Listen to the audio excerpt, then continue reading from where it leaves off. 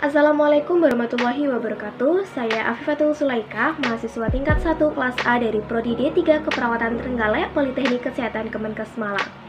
Di sini saya akan melakukan penyuluhan mengenai kesehatan reproduksi remaja. Penyuluhan ini ditujukan kepada siswa-siswi SMP. Tujuan dari penyuluhan ini diharapkan remaja tahu mengenai apa itu remaja, kemudian apa itu kesehatan reproduksi, permasalahan dalam kesehatan reproduksi, dan tips and trik dalam menjadi remaja yang sehat. Baik, untuk mempersingkat waktu, langsung saja kita ke penyuluhan. Assalamualaikum warahmatullahi wabarakatuh. Waalaikumsalam warahmatullahi wabarakatuh. Selamat pagi teman-teman semuanya. Bagaimana kabarnya? Alhamdulillah baik. Alhamdulillah. Jadi sebelumnya perkenalkan terlebih dahulu, nama saya Afifatul Sulaika, biasanya dipanggil Afid. Saya dari Prodi D3 Keperawatan Trenggalek Politeknik Kesehatan Kemenkes Malang. Nah, ada yang sudah tahu tempatnya di mana Prodi D3 Keperawatan Trenggalek itu? Sudah di dekatnya Rumah Sakit Dr. Sudowo Trenggalek ya. Iya, jadi teman-teman di sini saya akan memberikan sedikit informasi atau penyuluhan kepada teman-teman semua mengenai kesehatan reproduksi remaja. Nah, tujuan dari penyuluhannya ini yaitu supaya teman-teman tahu apa itu remaja, kemudian kesehatan reproduksi remaja itu apa, kemudian masalah-masalah pada kesehatan reproduksinya juga, begitu ya teman-teman? Iya. Nah, dalam penyuluhan ini nanti ada 2 sesi. Yang pertama sesi pemateri dan juga sesi tanya jawab. Nah, kira-kira dalam penyuluhannya membutuhkan waktu kurang lebih 15-20 menit. Apakah teman-teman bersedia? Iya, bersedia. Baik, kalau teman-teman bersedia. Nah, sebelum kita masuk ke materi, apakah teman-teman tahu kenapa sih saya memberikan penyuluhan mengenai kesehatan reproduksi remaja? Belum ya? Nah, jadi kenapa saya memberikan penyuluhan mengenai kesehatan reproduksi remaja ini nanti? Karena pada masa remaja itu akan terjadi perubahan fisik maupun biologisnya. Nah, sehingga penting bagi remaja untuk tahu dan juga mengenal sistem reproduksi serta perubahannya. Seperti itu ya. Iya. Nah, sebelum ke materi, ini saya bagikan terlebih dahulu untuk rivetnya. Nah, bisa dibaca ya sambil saya menjelaskan materinya. Nah, sekarang kita masuk ke materi kesehatan reproduksi remaja. Nah, apa sih itu remaja? Ada yang tahu? Ada Kak. Iya, sebelumnya siapa namanya? Nama saya Laras. Iya, Laras. Coba disebutkan apa sih itu remaja? Masa remaja adalah peralihan atau perpindahan dari masa kanak-kanak menuju dewasa. Nah, betul, bagus sekali jawabannya. Jadi, masa remaja adalah masa peralihan dari masa kanak-kanak ke masa dewasa. Nah, kalau lebih enaknya itu kayak jembatannya begitu ya, teman-teman semuanya. Iya. Nah, kemudian masa remaja untuk rentang usianya itu ada menurut 3 ahli. Yang pertama ada WHO, kemudian ada menurut Kementerian Kesehatan nomor 25 tahun 2014 dan juga menurut BKKBN. Nah, kalau menurut WHO itu rentang usia remaja antara 10 sampai dengan 19 tahun. Kalau menurut Kementerian Kesehatan itu rentang usianya 10 sampai dengan 18 tahun.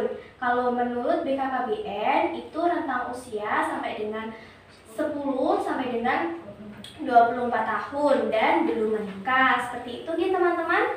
Iya. Ya, apakah sudah paham? Sudah. Nah, bagus. Kalau begitu kita lanjut ke materi selanjutnya ya. Nah, sebentar, maaf ya teman-teman. Nah, apa sih itu kesehatan reproduksi? Ada yang sudah tahu? Belum ya? Belum. Nah, bagus. Jadi di sini saya jelaskan kesehatan reproduksi merupakan kesehatan secara utuh, baik fisik, mental maupun kesejahteraan sosialnya. Nah, bukan hanya bebas dari penyakit ataupun kecacatan, tapi kesehatan secara utuh. Seperti itu nih teman-teman? Iya. Ya, sudah paham ya? Sudah. Bagus.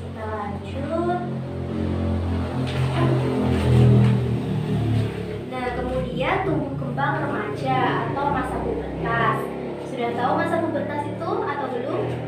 Belum ya. Nah, jadi masa pubertas itu merupakan suatu tahap perkembangan di mana seorang individu yang belum dewasa itu akan mendapatkan ciri-ciri fisik dan juga sifatnya yang memungkinkan untuk mampu bereproduksi. Begitu ya. Nah, setiap laki-laki maupun perempuan itu pasti akan mengalami yang namanya masa pubertas. Nah, dalam masa pubertas ini biasanya kalau laki-laki itu rentang usianya 13 sampai dengan 14 tahun. Kalau perempuan itu rentang usianya 11 sampai dengan 12 tahun. Tapi rentang usia tersebut tidak bersifat mutlak, teman-teman. Jadi itu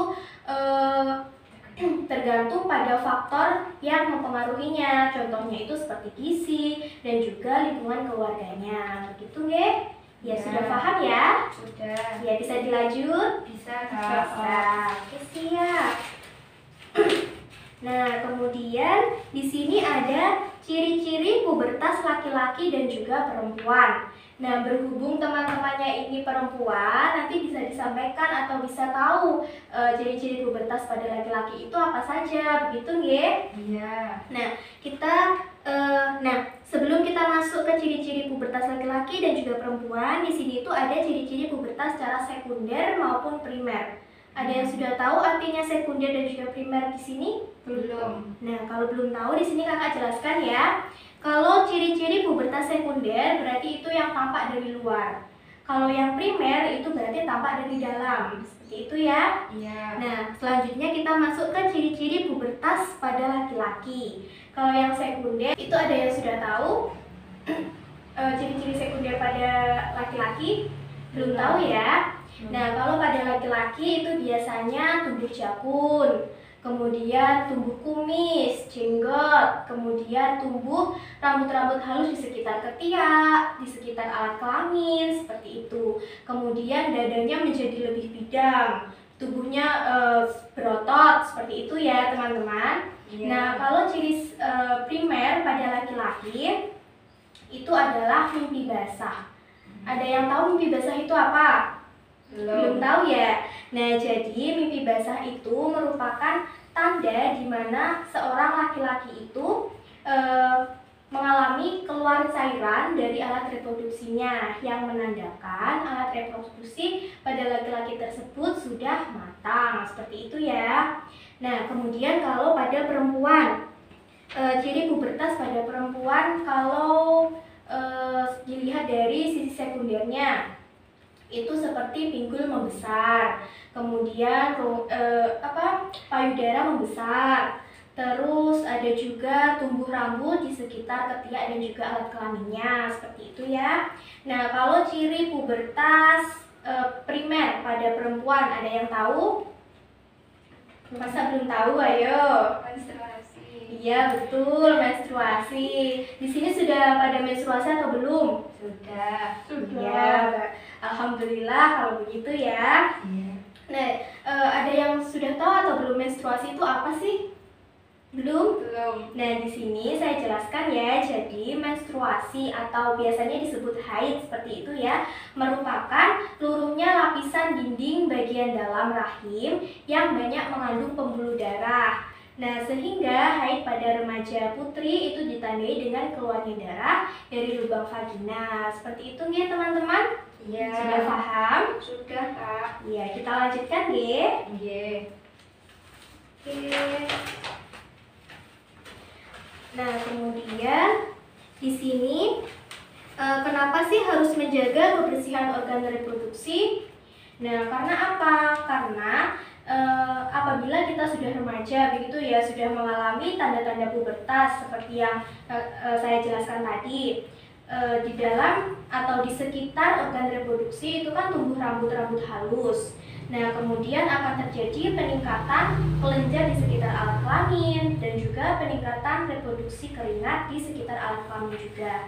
Dan hal tersebut dapat mengakibatkan alat kelamin dan daerah sekitarnya itu menjadi kotor dan juga lembab, sehingga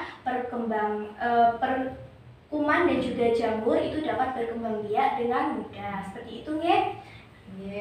Nah, terus bagaimana sih cara menjaga kebersihan reproduksi? Ada yang tahu? Belum? Iya, saya jelaskan ya. Jadi, cara menjaga kebersihan organ reproduksi yaitu dengan cara yang pertama, membasuh dengan air bersih dari arah depan ke belakang. Nah, kemudian kita mengeringkannya menggunakan handuk kering sebelum menggunakan celana dalam. Nah, nanti kalau kita berada di toilet umum, biasanya kan ada tisu. Kita dapat menggunakan tisunya untuk mengeringkan organ reproduksi terlebih dahulu, seperti itu ya. Nah, kemudian kenapa sih harus dikeringkan terlebih dahulu? Nah, kalau lembab itu biasanya jamur itu dapat mudah tumbuh dan dapat menyebabkan rasa gatal, seperti itu ya. Nah, kemudian kalau kita juga harus menggunakan celana dalam yang bersih, tidak terlalu ketat dan juga berbahan menyerap keringat. Dan diusahakan minimal mengganti celana dalam 2 kali dalam sehari. Tuh, kita lanjutkan ya.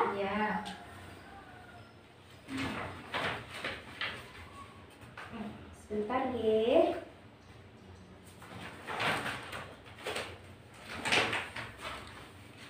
Nah, terus apakah ada hal-hal penting dalam menjaga kesehatan reproduksi? Nah, jadi di sini saya jelaskan dalam menjaga kesehatan reproduksi itu ada beberapa hal-hal penting baik perempuan maupun laki-laki. Nah, karena berhubung tadi tidak ada laki-lakinya, nanti bisa disampaikan kepada teman laki-laki atau adik laki-laki ataupun keluarganya, seperti itu ya. Nah, jadi yang pertama, hal-hal penting dalam menjaga kesehatan reproduksi pada laki-laki atau pria itu pada laki-laki apabila berada di toilet umum sebaiknya menggunakan air yang mengalir. Karena apa? Karena air yang berada di tempat penampungan itu bisa jadi dihinggapi oleh bakteri dan juga kuman. Nah, kemudian diusahakan mencukur rambut kemaluan secara berkala untuk menjaga tetap pendek agar tidak banyak ditumbuhi bakteri. Nah, kemudian menggunakan air bersih untuk membilas alat kelamin, dan juga pada laki-laki itu juga penting untuk melakukan sunat. Karena apa? Karena dalam melakukan sunat itu untuk mencegah penumpukan kotoran pada lipatan luar penis, seperti itu nggih. Nah, kemudian pada laki-laki itu juga harus menjaga kelembapan. Diusahakan untuk menjauhi kebiasaan yang dapat meningkatkan suhu alat kelamin, contohnya seperti memangku laptop di paha dekat alat kelamin, begitu ya. Nah, kemudian kita masuk ke yang hal-hal penting dalam menjaga kesehatan reproduksi wanita. Nah, pada saat haid itu kan dinding bagian dalam rahim terlepas sehingga amat mudah terkena infeksi. Nah, oleh karena itu sangat perlu menjaga kebersihan dengan cara menggunakan pembalut yang bersih dan juga menggantinya secara teratur 2-3 kali dalam sehari. Begitu nggih, teman-teman? Nah, kemudian bila pembalut yang digunakan itu pembalut sekali pakai, nah sebelum kita buang itu harus kita bersihkan terlebih dahulu, begitu ya. Nah, setelah dibersihkan kemudian dibungkus lalu dibuang ke tempat sampah. Nah, kemudian kita juga harus menghindari penggunaan cairan khusus pembersih alat kelamin. Nah, contohnya seperti sabun yang untuk membersihkan alat kelamin, seperti itu ya teman-teman. Karena apa? Karena hal tersebut dapat mengganggu keseimbangan pH dalam vagina. Nah, bila terlalu sering dipakai justru akan membunuh bakteri yang baik di dalam organ reproduksi. Nah, dan dapat memicu tumbuhnya jamur dan mengakibatkan gatal-gatal di area organ intimnya. Seperti itu. Paham ya? Sudah paham? Ada yang ditanyakan? Belum. Belum ya? Kita lanjutkan, G.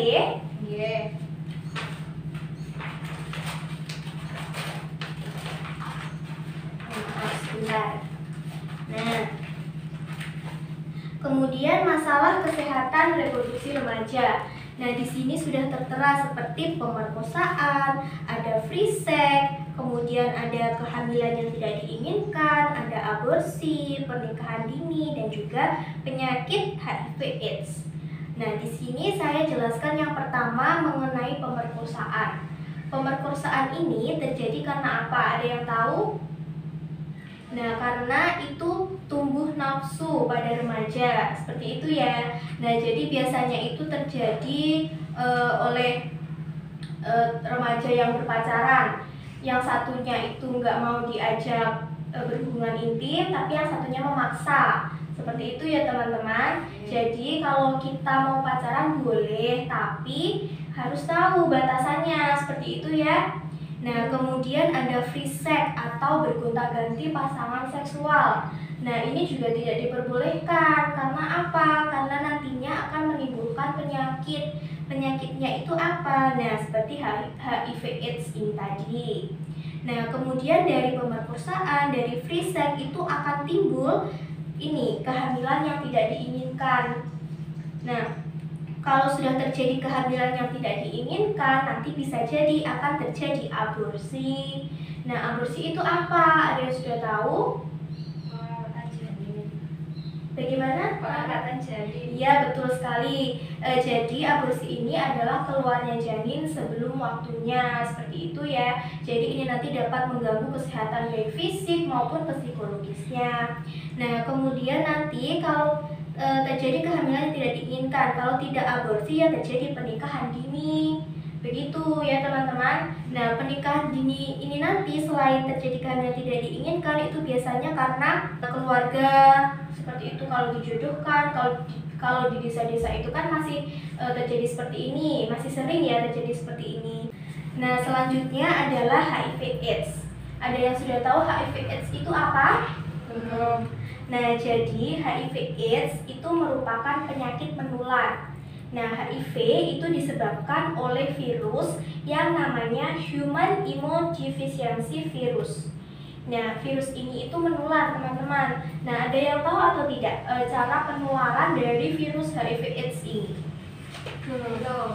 Belum tahu ya? Belum. Nah, jadi di sini HIV/AIDS itu dapat menular apabila bergonta-ganti pasangan seks itu tadi, kemudian melalui jarum suntik, kemudian melalui darah. Contohnya seperti seorang penderita HIV/AIDS yang mendonorkan darah ke orang lain, itu juga dapat menular. Begitu ya teman-teman? Nah, sudah paham? Sudah. Nah, baik, kalau begitu kita lanjutkan deh.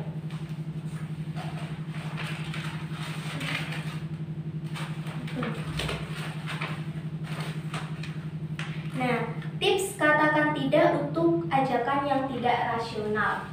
Di sini saya akan memberikan tips untuk teman-teman dalam mengatakan tidak untuk ajakan tindakan yang tidak rasional.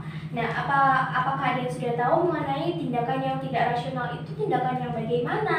Begitu. Belum ya. Nah, jadi tindakan rasional itu contohnya seperti teman-teman diajak untuk mengkonsumsi obat-obatan terlarang, kemudian diajak untuk berhubungan intim sebelum menikah, seperti itu ya.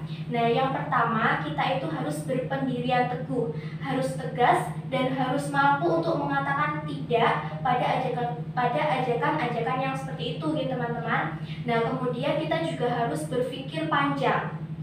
Maksudnya berpikir panjang itu bagaimana? Kita harus tahu manfaat, kemudian kerugian, kemudian keuntungan yang kita dapatkan dari tindakan tersebut. Seperti itu deh.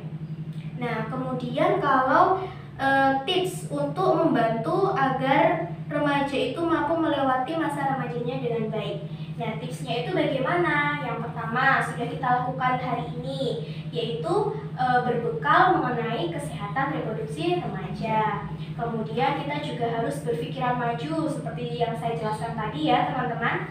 Berpikir maju, kemudian harus berpendirian teguh dan dapat mengatur energi menjadi hal-hal yang positif. Kemudian juga membina pertemanan yang sehat dan juga saling menghargai, serta memupuk pengenalan pribadi menjadi pengertian. Seperti itu ya teman-teman. Nah, sudah paham ya?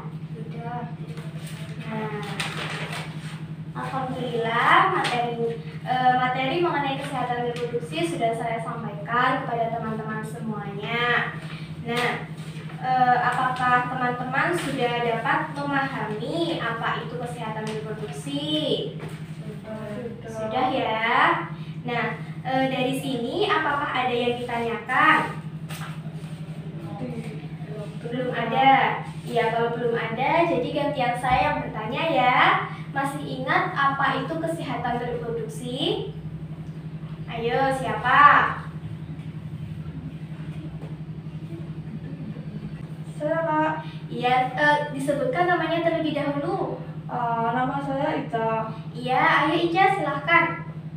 Kesehatan secara fisik, mental, dan kesehatan sosial secara utuh pada semua hal yang berhubungan dengan sistem dan fungsi serta proses reproduksi. Iya, bagus. Jawaban yang bagus sekali ya dari Ica. Nah, betul sekali. Jadi kesehatan reproduksi adalah kesehatan secara utuh, baik fisik, mental, maupun kesejahteraan sosialnya. Bukan hanya terhindar dari penyakit dan juga kecacatan saja. Seperti itu ya teman-teman. Nah, saya coba bertanya sekali lagi, apakah ada yang ditanyakan? Belum Kak. Tidak ada ya, belum ada. Ya, jadi semoga materi yang telah saya sampaikan itu bermanfaat untuk teman-teman ke depannya, ya. Dan leafletnya itu tolong disimpan ya teman-teman. Siapa tahu nanti kalau hari ini tidak berguna, pasti nantinya di hari-hari lain juga berguna. Seperti itu, oke? Nah, semoga materi yang saya berikan bermanfaat. Saya akhiri. Wassalamualaikum warahmatullahi wabarakatuh. Waalaikumsalam warahmatullahi wabarakatuh. Terima Cage.